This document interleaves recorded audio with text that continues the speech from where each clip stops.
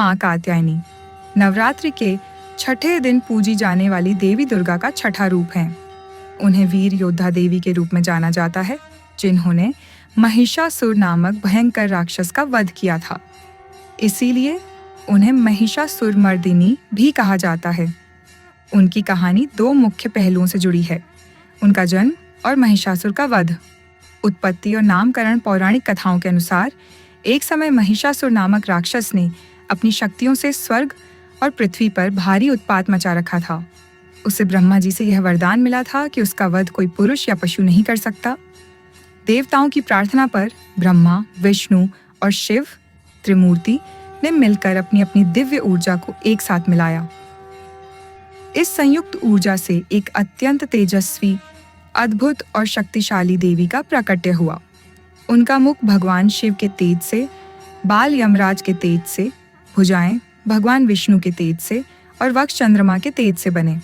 सभी देवताओं ने उन्हें अपने अपने शक्तिशाली अस्त्र शस्त्र भेंट किए। उसी समय महर्षि कात्यायन नामक एक महान आर्षि थे, जो देवी भगवती के परम भक्त थे। वह वर्षों से कठोर तपस्या कर रहे थे ताकि देवी उनके घर पुत्री के रूप में जन्म लें। देवताओं की शक्तियों से उत्पन्न हुई यह देवी महर्षि कात्यायन के आश्रम में प्रकट हुई। महर्षि ने ही उन्हें सबसे पहले अपनी पुत्री के रूप में पाला और उनकी पूजा की।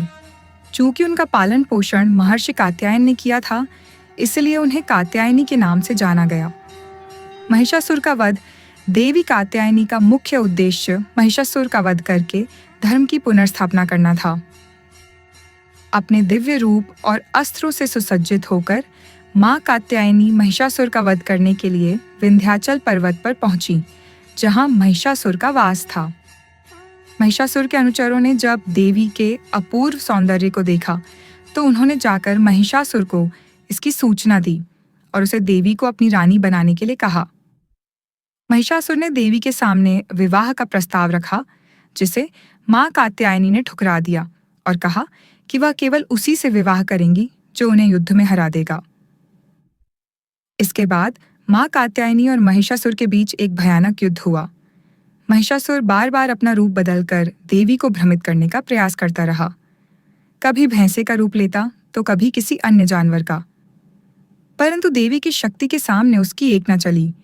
अंत में माँ कात्यायनी ने अपने तलवार से महिषासुर का सिर काट दिया और इस प्रकार दुष्ट राक्षस का अंत किया।